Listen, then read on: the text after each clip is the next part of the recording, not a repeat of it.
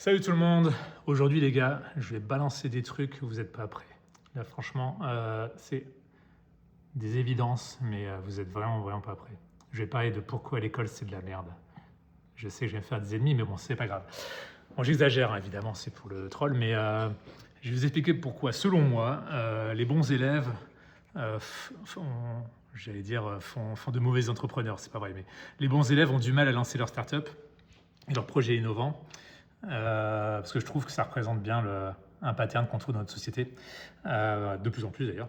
Mais bref, rentrons dans le vif du sujet. Pour moi, les études, alors déjà, petite parenthèse, moi j'ai toujours été très nul à l'école, j'étais pas nul, j'étais passable, c'est-à-dire j'ai toujours passé à 10,001 de moyenne sur 20. Fallait toujours pousser un petit peu pour pas me faire redoubler. Donc voilà, je suis pas un mauvais élève, je suis pas un bon élève, je suis juste moyen. Et ça m'a toujours fait beaucoup de mal, mais bon, c'est un autre sujet.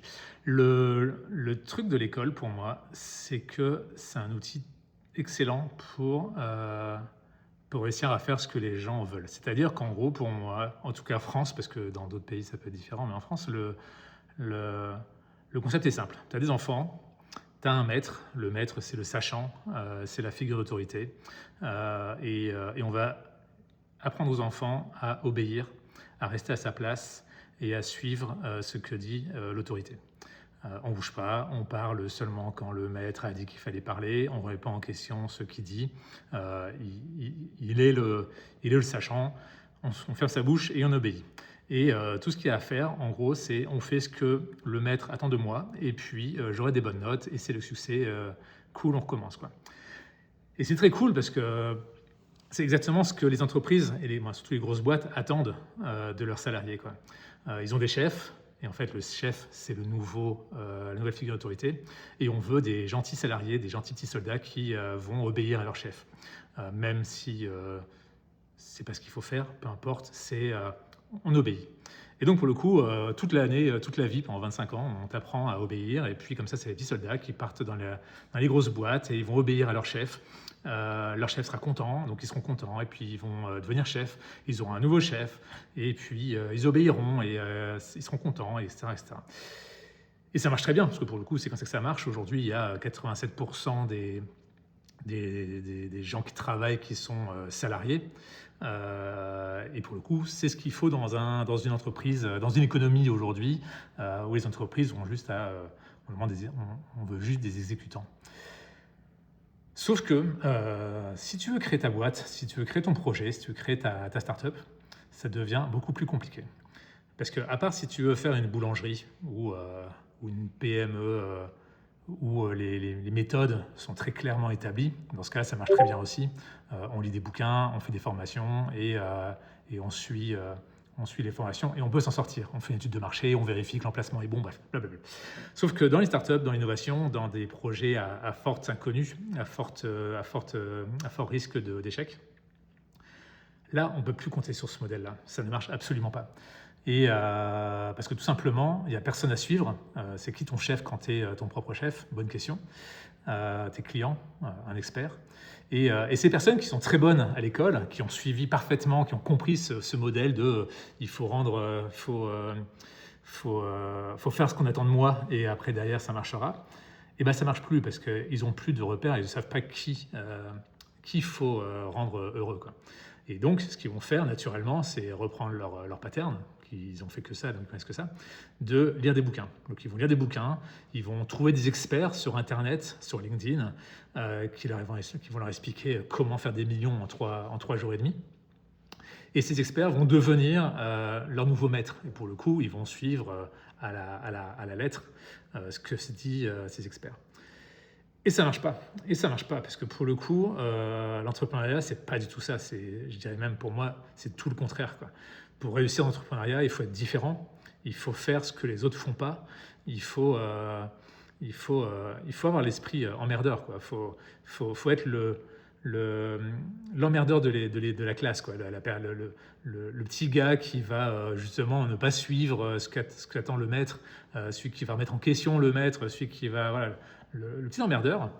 il va souvent être très mauvais à l'école à cause de ça, parce qu'il ne rentre pas dans les cases. Il sera souvent très mauvais en tant que salarié, parce que justement, il va remettre en question ce que son chef demande, etc.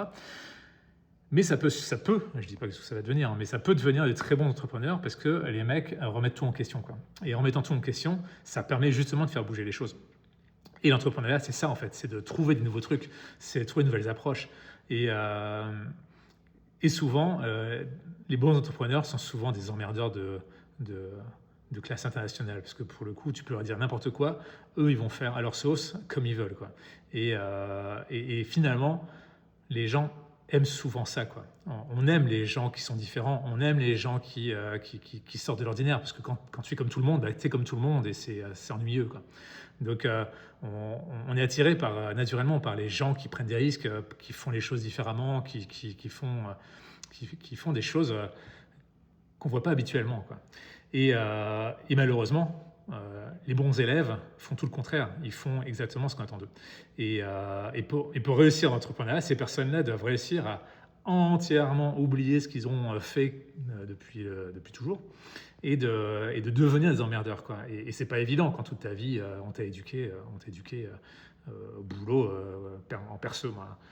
En privé aussi, hein, les parents, figure d'autorité, il faut obéir, machin. C'est super compliqué, quoi. Et ça, je l'ai bien vu avec l'Emlist, parce qu'on était quand même des sacrés emmerdeurs, quoi. C'est-à-dire que dès que quelqu'un nous donnait un conseil, la première chose, c'était de le remettre en question. Mais pourquoi ce serait vrai et pourquoi c'est comme ça et est-ce que c'est vraiment ça qu'on veut et là où on nous disait tout le temps ça marchera pas parce que X ou Y raison, nous on s'en foutait royalement parce qu'on voulait le faire comme ça et puis c'est tout. Et si on se plantait, eh ben on voulait se planter mais en sachant qu'on a fait ce qu'on avait envie de faire, quoi. Et c'est ça qui nous a positionnés différemment. Des exemples très cons, mais il y a 7 ans, 8 ans qu'on a commencé, on tutoyait les clients. Les gens, c'est « Ah mon Dieu, que tutoyer les clients, ça se fait pas, quoi. » On n'avait pas de problème pour dire qu'on était une toute petite boîte avec juste 3 personnes et puis que c'était comme ça. Là où plein d'entrepreneurs, les bonnes pratiques, c'était donner l'impression que vous êtes gros parce que ça va montrer que vous êtes sérieux, etc. Bref, on s'en foutait de tout ça. On cassait les codes, beaucoup parce que ça nous amusait et parce qu'on avait envie de faire différemment, quoi. Donc, ces trucs-là, je le vois tous les jours. Dès qu'il y a un nouveau, je reçois pas mal il y a pas mal de petits jeunes qui débarquent, qui sortent d'HEC, qui sortent de grandes écoles, de partout, et qui veulent des conseils. Et souvent, quand ils arrivent, la première question, c'est comment vous avez fait pour réussir à faire l'Emlist ? Parce qu'ils pensent qu'il y a une sorte de livre, parce qu'il y a une sorte de mode d'emploi qu'il suffit de suivre, et puis si on fait ça, ça marchera. Sauf que, comme je te l'ai dit 3 fois, c'est l'opposé. Il n'y a pas de bonne pratique. Si on te dit pour réussir à percer sur LinkedIn, il faut faire 3 posts par semaine, c'est du bullshit. Il n'y a aucune statistique qui parle de ça. Il y a des mecs qui percent parce qu'ils postent tous les jours. Il y en a qui percent parce qu'ils postent une fois par semaine. Et des fois, une fois par mois, peu importe. En fait, il n'y a pas de règle. Et c'est super compliqué à faire comprendre à ces gens-là qu'il n'y a pas de règle. La règle, c'est celle que tu vas décider de faire et celle qui te plaît. Et limite, s'il faut mettre une règle, c'est de suivre aucune règle et souvent pas des règles de mecs qui te vendent des formations ou des pseudo-mentors à la con, quoi. Parce qu'il n'y a pas de solution. S'il y avait une solution, ça fait belle lurette que toutes les startups seraient successful. On aurait convergé vers un truc optimal et puis il n'y aurait plus du sujet, quoi. Chaque startup est unique, chaque succès est unique. Déjà, la définition de succès est différente d'une personne à l'autre, donc c'est déjà compliqué, mais bref. Et pour réussir, c'est de faire votre emmerdeur, quoi. Faites les choses différemment. N'écoutez pas, cassez votre modèle de bon élève de l'école, ça ne marche pas dans le monde réel, dans l'entrepreneuriat, dans l'innovation, quoi. Donc, soyez votre propre chef, et ça c'est super compliqué quand on a été endoctriné de juste suivre quelqu'un. Là, pour le coup, votre quelqu'un, c'est vous, quoi. Donc, vous devez commencer à vous demander qui vous voulez être, qu'est-ce que vous voulez faire, qu'est-ce que vous pensez. Un autre truc, bon, c'est pas, encore une fois, c'est du live, hein, je suis désolé, il n'y a pas de script, mais un truc classique aussi, c'est quand les personnes vont pas se focaliser sur un expert gourou ou sur des bouquins d'entrepreneurs ou autres, ce qu'ils vont faire, c'est qu'ils vont écouter les clients. Donc, un truc que je vois très souvent aussi sur les jeunes entrepreneurs, c'est qu'ils vont faire une étude de marché et ils vont faire du customer discovery, quoi. Ils partent du principe que la personne à suivre, c'est leur client, quoi. Et donc, ils vont demander à 1, 10, 100 personnes comment ils travaillent, qu'est-ce qu'ils veulent, qu'est-ce qu'ils voudraient avoir comme outil, comment ça pourrait être machin. Et pareil, en fait, ça marche pas. Parce qu'encore une fois, c'est pas non plus les clients qui savent ce qu'ils veulent. Si les clients savaient ce qu'ils veulent, ça se serait depuis longtemps, quoi. Lemlist, c'est pareil. On n'a jamais vraiment écouté nos clients. On écoute globalement, parce que forcément, à force d'écouter, on voit des patterns, mais c'est pas le client qui nous a dit ah les gars, j'ai envie d'avoir un outil de prospection avec des images personnalisées et qui soit plus simple, machin. C'est nous qui avions des convictions et ces convictions-là, on les a mis en pratique. Et après, on a cherché des clients qui étaient OK avec notre conviction. Mais si on avait interrogé 1000 personnes dans la prospection commerciale par email, jamais on serait tombé sur un outil comme Lemlist. C'est sûr et certain. Malheureusement, dans l'entrepreneuriat, vous êtes seul et avec vous-même et vous devez réussir à vous forger votre propre opinion d'un marché, d'un produit, de votre truc. Et ce truc doit être le plus différenciant possible des autres et que ce soit sur votre produit, votre marketing, ce que vous faites. Vous devez faire des choses que personne ne fait, quoi. Si vous suivez comme tout le monde le petit conseil de votre expert qui vous dit qu'il faut mettre une image X ou Y comme ça sur LinkedIn parce que c'est comme ça que ça marche, faites le contraire, faites l'opposé, comme ça vous serez unique et vous vous ferez remarquer, quoi. Le truc le plus valuable aujourd'hui, c'est le temps. C'est la ressource la plus rare. Et réussir à choper 1 minute du temps de quelqu'un, c'est super compliqué, quoi. Et pour pouvoir l'avoir, encore une fois, le seul moyen, c'est de faire quelque chose à laquelle il ne s'attend pas, quoi. Donc faites un truc remarquable, faites un truc différent, même si c'est de la merde, hein, même quand c'est mes vidéos, ça peu importe, mais faites un truc qui sort de l'ordinaire. Et là, il y avait une chance que des clients ou des prospects qui vont avoir des clients et peut-être de super fans vous liront et vous diront tiens, ce mec-là, il n'est pas comme les autres, ça me plaît. Et puis il va vous suivre et ça se trouve, ça deviendra votre meilleur marketeur ou vous ne savez pas ce qui se passera, quoi. Donc arrêtez d'être le bon élève.